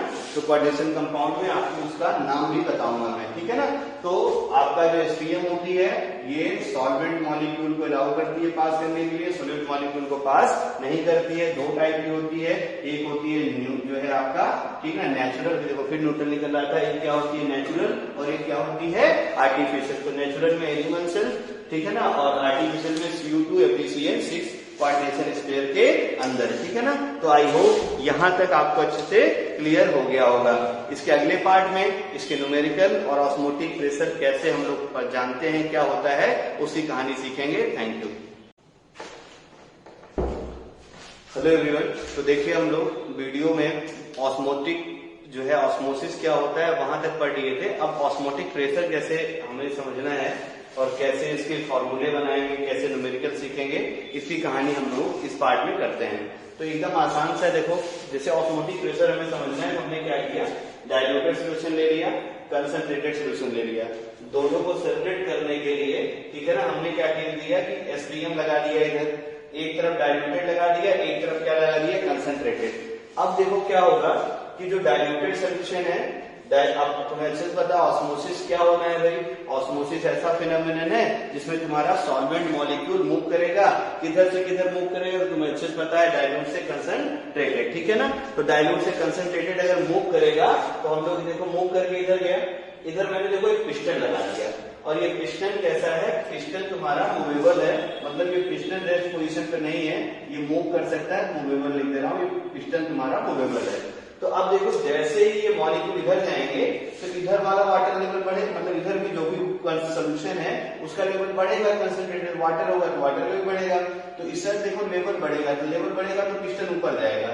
अब मान लो पिस्टन ऊपर ये जा रहा है, तो हम लोग क्या करें, पिस्टन ऊपर ना जाए, इस चीज को रोकने के लिए हम लोग यहाँ पे ऊपर से एक प्रेशर लगा देते हैं। ध्यान से देखना, पिस्टन जब ऊपर जाएगा, इधर से जब मॉलिक्यूल इधर जाएगा, तो यहाँ पे हम लोग क्या करते हैं, प्रेशर लगा देते हैं। ध्यान से देखते रहना, जैसे पिस्टन ऊपर गया तो हमने क्या लगा दिया, एक प्रेशर लगा दिया, और ये प्रेशर को हम लोग लिख देते हैं P से। तो एक टाइम देखो होगा क्या, एक टाइम ऐसा होते होते जरूर आएगा इस पूरे प्रोसेस में कि ये जो प्रेशर है तुम्हारा, ये प्रेशर और इधर से जो प्रेशर लग रहा है, ये प्रेशर आपस में सेम हो जाएगा। बात समझ में आ गई होगी। तो ये जो ऑस्मोसिस है, ठीक ना, इसी ऑस्मोसिस की वजह से यहाँ जो प्रेशर लगेगा उस प्रेशर को हम लोग क्या बोलेंगे, ऑस्मोटिक प्रेशर। क्या बोलेंगे हम लोग, ऑस्मोटिक प्रेशर। इसको हम लोग किससे लिखते हैं, पाई से। तो यानी अगर ध्यान से देखो, ठीक है ना, कि हम लोग ऐसे अगर इसमें कुछ और पढ़ना चाहें तो हम लोग ऐसे बोल सकते हैं कि जो आपका प्रेशर अप्लाइड है ना, if pressure applied on the concentrated solution, किधर लग रहा है देखो, कंसंट्रेटेड सोल्यूशन में, if pressure applied on the concentrated solution, ठीक ना, अगर इधर प्रेशर लगाओगे तो ये क्या होगा, देखो ऑस्मोसिस को क्या करेगा, रिटार्ड करेगा। ऑस्मोसिस को क्या करेगा, घटाएगा, क्योंकि ऊपर जाएगा नहीं तो इधर से मॉलिक्यूल जा भी नहीं पाएगा, इधर से प्रेशर पड़ा हुआ है। तो एक्सटर्नल प्रेशर क्या करता है, ऑस्मोसिस को रिटार्ड करता है। और ऐसे क्या हो कि अगर ऐसा करते करते प्रेशर बढ़ाते बढ़ाते बढ़ाते बढ़ाते ऑस्मोसिस क्या हो जाए, स्टॉप, तो इसी एक्सटर्नल प्रेशर को हम लोग क्या बोलते हैं, ठीक ना, ऑस्मोटिक प्रेशर। तो इस चीज को यहां मैं लिख दे रहा हूं, ठीक ना, आप अच्छे से याद रखे रहिएगा। इफ एक्सटर्नल प्रेशर अप्लाइड, ठीक है ना, if external pressure applied, if external pressure जो उधर लग रहा है, एक्सटर्नल प्रेशर अप्लाइड ऑन, इधर लग रहा है देखो, अप्लाइड ऑन कंसंट्रेटेड सोल्यूशन, इधर लग रहा है, देखना ध्यान से, कंसंट्रेटेड सोल्यूशन, ठीक है ना। If external pressure applied on concentrated solution, then बोलो क्या होगा, ऑस्मोसिस इज रिटार्ड, ठीक है ना, ऑस्मोसिस इज रिटार्ड, यानी रिटार्ड होना मतलब क्या होता है, रेट घट जाना या घट जाना। तो ऑस्मोसिस इज रिटार्ड, ठीक है ना। जैसे ये ऑस्मोसिस रिटार्ड होना शुरू हो गई, घटनी शुरू हो गई, ठीक है ना, तो होगा क्या, ठीक ना, एंड इफ, अच्छे से याद रखो, एंड इफ यहां कॉमन लगा लो, एंड इफ, ठीक है ना, ऑस्मोसिस क्या हो जाए, स्टॉप हो जाए, and if osmosis is stop, ठीक है ना, अच्छे से याद रखो। जो मॉलिक्यूल इधर इधर आ रहा था वो मॉलिक्यूल एक भी आना शुरू ना हो, मतलब जितने भी आ रहे थे सबके सब रुक जाए, तो उसको हम लोग क्या बोलेंगे, इफ ऑस्मोसिस इज स्टॉप। तो ऑस्मोसिस स्टॉप कब होगी, जब प्रेशर बहुत मतलब अच्छा खासा हो जाएगा। इफ ऑस्मोसिस इज स्टॉप, ठीक है ना, तो होता क्या है, जब ऑस्मोसिस स्टॉप हो जाए तो उस टाइम पे जो भी अप्लाइड प्रेशर लगेगा, इसी अप्लाइड प्रेशर को हम लोग क्या बोलते हैं, जो है ऑस्मोटिक प्रेशर, ठीक है ना। If osmosis stop, that external pressure small stop, then that external pressure, जो भी एक्स्ट्रा आउटर वाला प्रेशर आप लगा रहे हो, then that external pressure is called, external pressure, ठीक ना, इज कॉल्ड ऑस्मोटिक प्रेशर, ठीक ना। अच्छे से आपको समझ में आ गई होगी डेफिनेशन, ये है तुम्हारा ऑस्मोटिक प्रेशर की डेफिनेशन। अच्छे से इसको याद रखे रहना, ये डायग्राम बनाना और आप इसी डायग्राम से फिल कर दोगे, कोई दिक्कत नहीं है। एग्जाम में भी है वैसे भी तो कोई प्रॉब्लम नहीं है। तो जैसे फिर से एक बार समझ लो, जब भी हम लोग डाइल्यूटेड और कंसंट्रेटेड सॉल्यूशन को सेमी पेरिफेरल मेम्ब्रेन से, ठीक है, सेपरेट कर देंगे, तो डाइल्यूट सॉल्यूशन से कंसंट्रेटेड सॉल्यूशन के साइड में स्पॉन्टेनियसली मॉलिक्यूल, जो आपका सॉल्वेंट मॉलिक्यूल है, मूव करता है, इस प्रोसेस को ऑस्मोसिस कहते हैं। तो होगा क्या, हमने जब इधर से इधर मॉलिक्यूल बढ़ेगा तो इधर लेवल बढ़ेगा, लेवल बढ़ेगा, इसलिए हमने यहाँ पिस्टन लगा दिया। अब जब पिस्टन लगा दिया तो पिस्टन को ऊपर मूव करना शुरू कर जाएगा, पिस्टन मूव करना शुरू हो जाएगा। तो मूव करते करते, ठीक है ना, हम लोग क्या, मूव कमांड बह गया तो पूरा लिक्विड पता चला खराब हो गया, इसलिए पिस्टन के ऊपर हम लोग क्या लगा देते हैं, एक्सटर्नल प्रेशर। तो एक्सटर्नल प्रेशर हम अप्लाई करें, एक्सटर्नल प्रेशर अप्लाई करने से होता क्या है, ऑस्मोसिस का जो रेट होता है या ऑस्मोसिस रिटार्ड होती है। और एंड इफ ऑस्मो, जो ये तुम्हारा ऑस्मोसिस है ये स्टॉप हो जाए, तो उसी एक्सटर्नल प्रेशर को हम लोग क्या नाम देते हैं, ऑस्मोटिक प्रेशर। दैट इज, अगर ध्यान से देखो इसके नीचे अगर मैं बोलूं तो दैट इज, देखो क्या हो गया, जो एक्सटर्नल प्रेशर है वही किसके बराबर होता है, ऑस्मोटिक प्रेशर के बराबर। अच्छे से याद रखे रहना, ये तब की कंडीशन है जब ऑस्मोसिस तुम्हारा स्टॉप हो जाए, ठीक है ना। अब इसको ध्यान में रखे रहना, देखना ध्यान से, अगर P की वैल्यू पाई के बराबर है तब तो अच्छी बात है, ठीक है ना। लेकिन अगर मान लो ऐसा कहीं जो है नोट पेज को लिख दिया जाए, अगर मान लो ऐसा कहीं हो जाए, ठीक ना, ध्यान से देखना, इफ जो एक्सटर्नल प्रेशर है, ठीक है ना, ये ग्रेटर देन पाई हो जाए, ध्यान से देखना, if external pressure greater than osmotic pressure, तो बोलो क्या होगा, तब बोलो क्या होगा, ये प्रोसेस तुम्हारा रिवर्स ना हो जाएगा भाई। अभी इधर से इधर जा रहा था, पता चला इधर इधर प्रेशर लगा दो तो जिधर स्पेस मिलेगा इधर भागना शुरू कर देगा।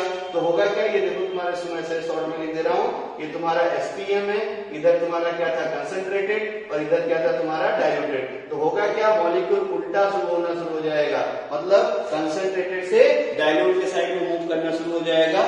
दिस प्रोसेस, ठीक ना, अच्छे से याद रखे रहना, दिस प्रोसेस इज कॉल्ड, पूछता है आपसे, this process is called reverse osmosis, ठीक ना, इसको हम लोग क्या बोलते हैं, reverse osmosis. This process is called, ठीक है ना, इसको हम लोग बोलते हैं रिवर्स ऑस्मोसिस, ठीक ना, रिवर्स ऑस्मोसिस, ठीक है। इसका एग्जांपल आप जानते होंगे, रिवर्स ऑस्मोसिस किसमें एग्जाम जो है यूज होता है, तो आपको अच्छे से पता है, जो आरओ आप जानते हैं ना, आरओ वाटर, नाम सुना होगा आपने, आरओ वाला पानी पियेंगे, ठीक है ना। तो उस आरओ में जो वाटर को प्यूरिफाई करने का तरीका है वो यही वाला प्रोसेस है, रिवर्स ऑस्मोसिस। अच्छे से याद रखे रहना, ठीक है ना। उसमें क्या होता है, एक्सटर्नल प्रेशर ऑस्मोसिस प्रेशर से ज्यादा हो जाएगा और उस प्रोसेस में क्या होता है कि कंसंट्रेटेड से डायल्यूट के साइड में सॉल्वेंट मॉलिक्यूल मूव करना शुरू कर देता है। इस प्रोसेस को अपन क्या बोलते हैं, रिवर्स ऑस्मोसिस, ठीक है ना। तो ये हो गया ऑस्मोटिक प्रेशर की डेफिनेशन और उसका थोड़ा सा कॉन्सेप्ट। अब हम आते हैं इसके न्यूमेरिकल वाले सेक्शन में, यानी अब हम लोग फार्मूला डिराइव करेंगे, फार्मूला बनाएंगे जिससे हम लोग जो है ऑस्मोटिक प्रेशर के न्यूमेरिकल को और अच्छे से सीख पाएंगे। तो ये डायग्राम आप ध्यान से देखो, मैंने फिर से वही डाइल्यूटेड सॉल्यूशन ले लिया, एक सेमी पेरेबल मेम्ब्रेन ऐसा ले लिया, थोड़ा स्टाइल वाली, ठीक है ना। इसके अंदर मैंने कंसंट्रेटेड सॉल्यूशन भर दिया। तो अब स्पॉन्टेनियसली क्या होगा कि जो डाइल्यूटेड सॉल्यूशन के मॉलिक्यूल हैं वो देखो इसके अंदर जाएंगे। अब इसके अंदर जब जाएंगे तो देखो ये जो कंसंट्रेटेड सॉल्यूशन है इसका लेवल इस ट्यूब में बढ़ता चला जाएगा। तो मैंने मान लिया कि एच हाइट तक ये लेवल बढ़ गया, ठीक है ना। मैं और ज्यूम कर लेता हूँ, जो कंसंट्रेटेड सॉल्यूशन है इसकी जो डेंसिटी है, ठीक ना, इसकी जो डेंसिटी है इक्वल टू मैं मान लेता हूँ रो, ठीक ना। अब देखो आपको अच्छे से, तो गैसेस स्टेट चैप्टर में आपको मैंने बताया था हाइड्रोस्टैटिक प्रेशर। तो होगा क्या, देखो अगर मैं इसका फ्री बॉडी डायग्राम बना लूं इस वाले इतने पोर्शन का, कोई एक नाम दे दिया जाए। अगर मान लो इस जो ट्यूब वाली इतनी है, यानी ये देखो ये ट्यूब में इतना लिक्विड है, इसकी हाइट अगर आप देखो ध्यान से तो हाइट इसकी किसके बराबर है, एच के बराबर है। अब मान लिया कि इसके पास जो लिक्विड यहाँ भर गया, इसका मास जो है जितना भी इसके अंदर लिक्विड भरा, इसका मास कितना है तुम्हारा m ग्राम में, ऐसे मैंने यूज कर लिया। तो जब m ग्राम मास हो गया तो आप देखो क्या होगा, इसका वेट नीचे काम करेगा और वेट कितना काम करेगा, देखो m इंटू जी के बराबर, ये तो आप जानते ही हैं। अब फिर और देखो ध्यान से और क्या क्या होने वाला है इसकी कहानी और हम लोग देखते हैं। तो फिर अब देखो ध्यान से एच हाइट तक इसके अंदर ये चला गया लिक्विड, इसकी इस पे जो इसका जो डेंसिटी वो किसके बराबर आप मान लिए हैं, रो के बराबर माने हैं। तो होगा क्या, देखो ध्यान से, अब ये जो हाइट है इतना वेट नीचे करेगा, तुम्हें अच्छे से पता है इस लिक्विड की वजह से ऑस्मोसिस है। तो देखो इधर से इधर प्रेशर लग रहा है, तो मतलब क्या होगा, इसके ऊपर एक प्रेशर भी लग रहा होगा। तो यहाँ इस सरफेस पे प्रेशर भी लग रहा है और इस प्रेशर को हमने क्या बोल दिया, पी के बराबर। अब देखना ध्यान से, ये जो P है तुम्हारा, जो एक्सटर्नल प्रेशर तुमने लगाया P इक्वल टू, ठीक है ना, ये किसके बराबर हो जाता है, आपको पता है हाइड्रोस्टैटिक प्रेशर क्या होता है, रो जी एच के बराबर।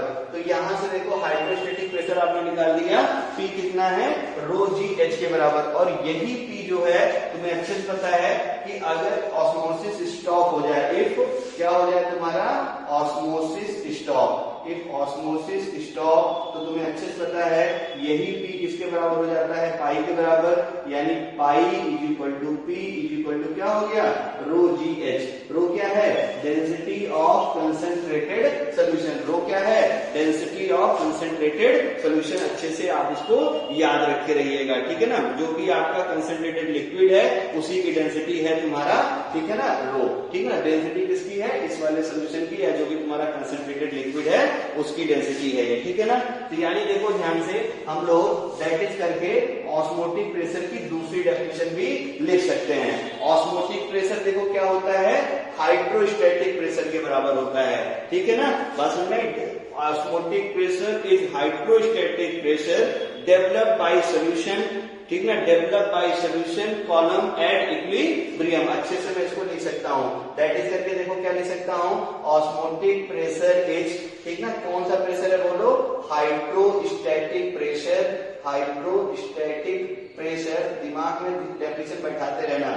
ऑस्मोटिक प्रेशर क्या होता है, is hydrostatic pressure developed by solution, developed, ठीक ना, डेवलप्ड बाय सॉल्यूशन, दिमाग में बैठ जाना चाहिए, जो कि सॉल्यूशन में डेवलप होता है, डेवलप बाय सॉल्यूशन। और ये सॉल्यूशन का क्या है तुम्हारा, कॉलम है, develop by solution column at equilibrium, ठीक ना। अच्छे से ये डेफिनेशन आपको याद होनी चाहिए। तो जब इक्विलिब्रियम कंडीशन हो जाए, मतलब P equal to external outer force दोनों सेम हो जाए इसके ऊपर, तो P इक्वल टू क्या हो जाएगा, रो जी एच के बराबर। और इसी हाइड्रोस्टैटिक प्रेशर को अपन क्या बोलते हैं, ऑस्मोटिक प्रेशर। बस क्या है, ये कॉलम तुम्हारा इक्विलिब्रियम में रहे, ठीक है ना। तो इतनी कहानी भी आपको बहुत अच्छे से समझ में आ गई होगी। अब हम लोग देखते हैं कि ऑस्मोटिक प्रेशर को जो है इसके न्यूमेरिकल वो कैसे हैंडल करेंगे, फॉर्मूला डिराइव कर लेते हैं और बाकी न्यूमेरिकल हम लोग इसके अगले पार्ट में करेंगे।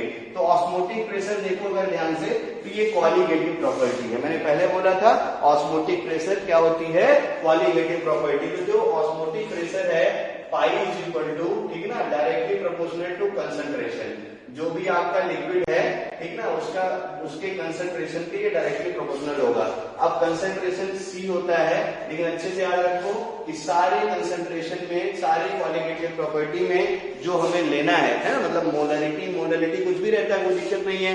कंसंट्रेशन यानी जो तुम्हारा ऑस्मोटिक प्रेशर है वो किसके बराबर होता है, कंसंट्रेशन। अब कंसंट्रेशन अगर देखो तो कंसंट्रेशन अगर मैं बोलूं तो मैं क्या लिख सकता हूं, देखो मोलारिटी यानी देखो कैपिटल M लिख सकता हूं, इससे कोई दिक्कत नहीं है। अब देखना ध्यान से, खूब अच्छे देखो, पाई प्रोपोर्शनल टू क्या हो गया C, कंसंट्रेशन यहां तक आप पहुंचे। अब इस कंसंट्रेशन को कितने तरीके से हम लोग रिप्लेस मार सकते हैं, इसकी कहानी हम लोग खूब अच्छे से देखते हैं। तो पाई जो ऑस्मोटिक प्रेशर होता है वो कंसंट्रेशन के डायरेक्टली प्रोपोर्शनल होता है। दूसरी चीज क्या मिल गई कि जो ऑस्मोटिक प्रेशर होता है, देखो ये टेम्परेचर के भी डायरेक्टली प्रोपोर्शनल होगा, क्योंकि जैसे जैसे आप टेम्परेचर बढ़ाएंगे तो मॉलिक्यूलर मोशन क्या होगा, बढ़ता चला जाएगा। तो पाई डायरेक्टली प्रोपोर्शनल भी T हो गया। दोनों को मिक्स कर दिया जाए, ठीक ना, ये मान लो इक्वेशन नंबर 1 हो गया, ये मान लो इक्वेशन नंबर 2 हो गया। तो पाई डायरेक्टली प्रोपोर्शनल टू देखो क्या हो जाएगा, C इंटू टी के बराबर, ठीक ना। अब तुम्हें अच्छे से पता है, बहुत दिनों से मैं बोल रहा हूं कि आप प्रोपोर्शनलिटी का साइन हटाइए, प्रोपोर्शनलिटी का क्या हटाइए, साइन, तो क्या आ जाता है, कांस्टेंट। तो यहां से देखो पाई इज इक्वल टू क्या हो गया, एस सी इंटू टी। अब जो एस है ये क्या है, तुम्हारा सोल्यूशन का कांस्टेंट है। एस क्या है, तुम्हारा सोल्यूशन कांस्टेंट यानी आइडियल सोल्यूशन कांस्टेंट है। और आइडियल सोल्यूशन कांस्टेंट तुम्हें अच्छे से पता है, आइडियल गैस जैसा काम करता है। तो यही एस किसके बराबर हो जाएगा, equal to ideal gas constant यानी आर के बराबर हो जाएगा, ठीक है ना। अच्छे से मैं लिख दे रहा हूं, वेयर जो तुम्हारा एस है ये क्या है, देखो आइडियल सोल्यूशन कांस्टेंट। एस क्या है, आइडियल सोल्यूशन कांस्टेंट है ये, ठीक है ना। और जो आइडियल सोल्यूशन कांस्टेंट है आपको अच्छे से पता है ये किसके बराबर हो जाएगा, आर के बराबर, क्योंकि आइडियल गैसेस को हम लोग आइडियल सोल्यूशन मानते हैं, राउल डाल्टन पढ़ चुके हैं, ठीक है ना। तो आर क्या हो गया तुम्हारा, देखो आइडियल गैस कांस्टेंट। थोड़ा और इसको इक्वेट करता हूं मैं, तो यानी दैट इज करके मैं क्या लिखूंगा, pi equal to C R T. C क्या है, कंसंट्रेशन। थोड़ा और इक्वेट किया जाए, देखो सी यानी कंसंट्रेशन है, और कंसंट्रेशन क्या होता है, मोल डिवाइडेड बाई सोल्यूशन का वॉल्यूम इन लीटर। थोड़ा और इसको इक्वेट किया जाए तो देखो पाई इक्वल टू क्या हो गया आपका एन, ठीक है ना, एन बाई वी है ना, ये हो गया सी, और इंटू क्या हो गया आर टी। तो ऑस्मोटिक प्रेशर का एक फार्मूला ये हो गया, ठीक ना, एन बाई वी और इंटू क्या हो गया तुम्हारा आर टी, ठीक है ना। अब देखो ध्यान से, जब हमने ऑस्मोटिक प्रेशर लिखा ना यहाँ पे, तो यहाँ पे देखो 1/2 फैक्टर तो लिखा नहीं मैंने आई। तो ये जो ऑस्मोटिक प्रेशर आप ये जो मतलब मोल निकाल रहे हैं आप ना, ये मोल हमें कौन सा लेना है, इस बात का भी ध्यान रखना चाहिए। तो ये मोल हम लोग हमेशा कौन सा मोल लेते हैं, ये तुम्हारा ऑब्जर्व मोल है, अच्छे से याद रख लेना। यानी और करके फार्मूला देखो क्या लिखेंगे, पाई इक्वल टू ये मोल कौन सा है, देखो ऑब्जर्व डिवाइडेड बाई वॉल्यूम है ना, इंटू क्या हो जाएगा, देखो आर इंटू डी। ये हो गया आपका ऑस्मोटिक प्रेशर का मोल ऑब्जर्व के टर्म में फॉर्मूला, ठीक है ना। अब देखो ध्यान से, अगर मान लो हम लोग मोल ऑब्जर्व को मोल थ्योरेटिकल से रिप्रेजेंट करना चाहते हैं, ठीक है ना, तो और करके देखो क्या करेंगे हम लोग, पाई इज इक्वल टू, अगर मान लो मैं मोल यहाँ थ्योरेटिकल यूज कर दूं, ठीक ना, डिवाइडेड बाई वी। अब क्या करना पड़ेगा, आर इंटू टी, और ऑब्जर्व थ्योरेटिकल में करने के लिए क्या करना रहता है, 1/2 फैक्टर से मल्टीप्लाई कर देना रहता है। तो ये हो गया तुम्हारा दो फार्मूले ऑस्मोटिक प्रेशर कैलकुलेट करने के लिए, ठीक है ना। तो एन थ्योरेटिकल डिवाइडेड बाई क्या हो गया तुम्हारा volume, R T into i, ये हो गया थ्योरेटिकल मोल यूज करेंगे तब, और n observe divided by volume जब ऑब्जर्व मोल यूज करेंगे तब। अब अगर देखो ध्यान से, दोनों को मैं डिवाइड करूंगा तो तुम्हें क्या मिल जाएगा, 1/2 फैक्टर। तो 1/2 फैक्टर देखो क्या होता है, याद करो, ऑब्जर्व कॉलीगेटिव प्रॉपर्टी और डिवाइडेड बाई क्या था, थ्योरेटिकल कॉलीगेटिव प्रॉपर्टी। तो यही देखो, कॉलीगेटिव प्रॉपर्टी ऑस्मोटिक प्रेशर भी होता है, तो पाई ऑब्जर्व और डिवाइडेड बाई पाई थ्योरेटिकल किसके बराबर हो जाएगा, कॉलीगेटिव प्रॉपर्टी के बराबर। और इसी को हम लोग क्या बोलते हैं, 1/2 factor is the ratio of observe colligative property divided by theoretical colligative property. यहाँ तक आई होप आपको समझ में आ गया होगा। यहाँ तक के वीडियो को अच्छे से देखिए। इसके अगले क्लास से हम लोग इसके न्यूमेरिकल को डिस्कस करेंगे। Thank you.